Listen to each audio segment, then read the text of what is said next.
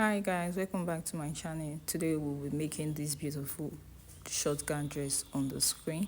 So for a start, I have this 3 yards fabric which I'll be using for making this dress. So for a start, I'll mark out my measurement starting point, and now I'll add the shoulder measurement. The shoulder measurement I'm using is 7 inches, so I'll mark out the 7-inch.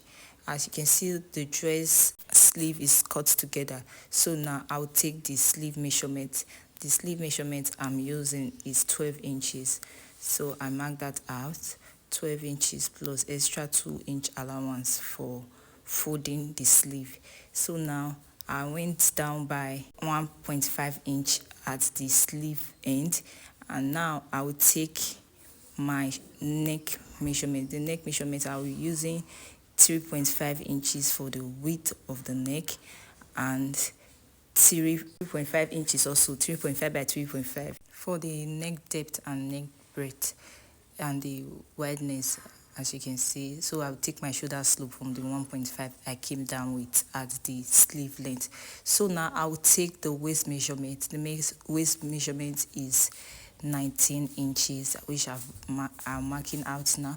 So after taking the waist measurement, I will take my hip measurement.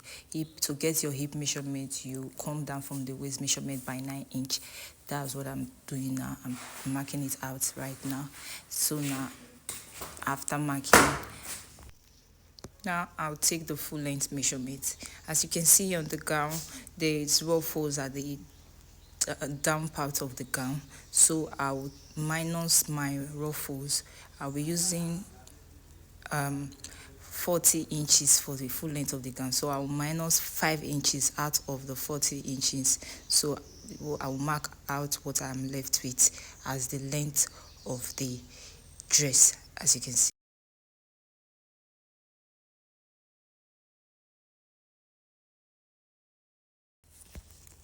So now after marking out the length, I will take my sleeve opening.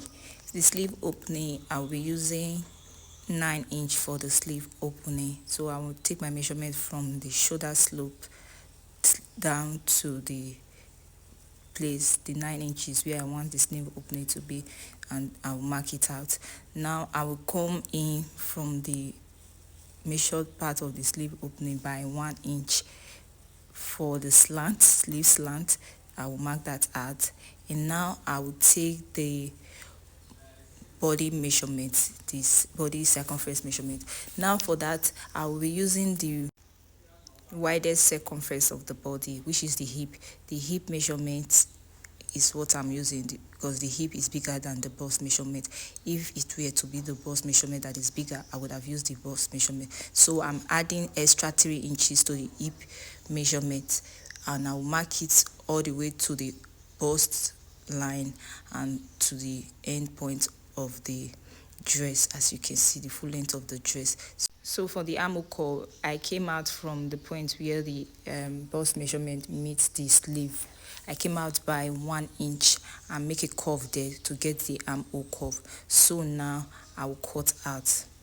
As I cut out this piece, this is the back piece. In case you don't know, all I did now is for the back piece. I'll be using this back piece to cut out the front piece. So please endure, stay tuned, and make sure you watch the video to the end to know how I come about the front piece. So if you haven't liked or subscribed to my channel, please do so now, and like, subscribe, and click on the notification bell to get notified when I post a new video. So now for the front piece, I will make a fold on the remaining fabric like this, as you can see, and I will come in by 3 inches on the folded part of the fabric, as you can see me now. I will mark it straight down to the end, use my ruler to draw it out, and now I will place the back fabric from the 3 inches point after the line, as you can see. Then I'll cut out exactly as I've cut for the back piece. I will cut out for the front using the back panel.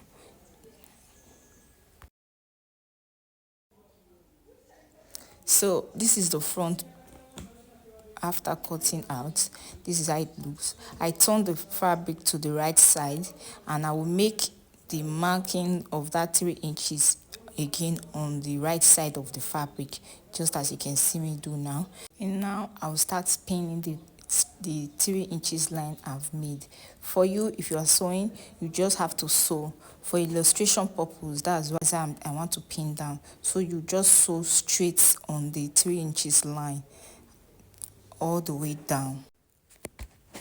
And after sewing, or after pinning rather, just as you can see me do, I will take my pressing iron and I'll press this part that I've pinned to make a smooth straight edge, just like this. After pressing, I'll open up this part, this 3 inches part, as you can see. After pressing, I'll open it. This is how it looks at the wrong side, while the front, the right side, this is how it looks. So I will open up this part, as you can see, open it all the way down, and I will press again with my pressing iron to make it flat.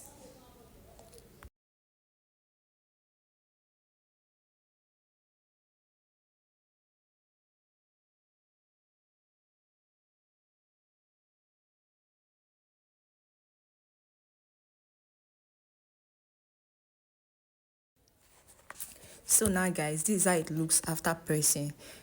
This is the front piece, as you can see. This is the wrong side of the front piece. This is the right side of the front piece. This is how it looks. So now I'll go and cut my lining. And before that, before cutting my lining, I want to cut out the piece that I will use for making the ruffle. So the ruffles at the down of the gown is about 5 inch. I moved 5 inch for the full length measurement, so I'm marking out the 5 inch now, which I'll be using for making the ruffles on the gown. This is what I'm marking out to cut. And after cutting, I'll cut out the pocket, because there is pocket in the gown or in the dress, as you can see. So now this is the piece I will use for making my pocket. I will measure out 7 inch for the width of the pocket. So I'm trying to get it now and cut out 7-inch piece in 4 places, just as you can see. So after cutting this, I'll go ahead and cut my lining for the dress, because I'm going to line in the dress. If you want to make yours free without lining, it's up to you. So for mine, I'll go and cut the lining. And now guys, after cutting my lining, I went ahead to turn the front and the back sides of the fabric with my lining. And now this is me adding rope to the front side of the fabric. As you can see, I'm adding the rope inside the front piece of the gown. As you can see, this rope was made with 2 inches on fold. This part marked out is the underbust of the dress, so I add it to the underbust measurement of the dress. I'll go to my sewing machine now and join it to the piece. And now after joining, this is how it is. This is the front piece after joining. So now I'll turn it to the right side and mark out the waistline measurement, because I will using the waistline for adding the pocket. So I will take the pocket piece I cut out and I will join it to the sides of the front and the back with the waistline measurements. Please take note guys, the rope I added inside the front piece of the gown is to give the gown fitting at the front, and all you have to do is to tie the rope around your underbust area. And now guys, this is it. After joining, I went ahead to join the front and the back sides together and also join the pockets together. So now after joining, I want to add the ruffles. So I'll be adding the ruffles to the bottom of the dress. So I want to turn it to the right side so you can see how it looks at the right side. This is it. This is how it looks at the right side. This is the front right side of the gown, and this is the back. So now I will go ahead and join the 5-inch piece, which I also went ahead to fold round the edges on one side. As you can see, the side that is going to be under the dress, I went ahead to fold it round by 1/2 inch, joining it all the way around, making the ruffles. As I join, I will make the ruffles all around the gown, as you can see. Thanks guys for watching today's video. Please don't forget to like and subscribe to my channel. Bye.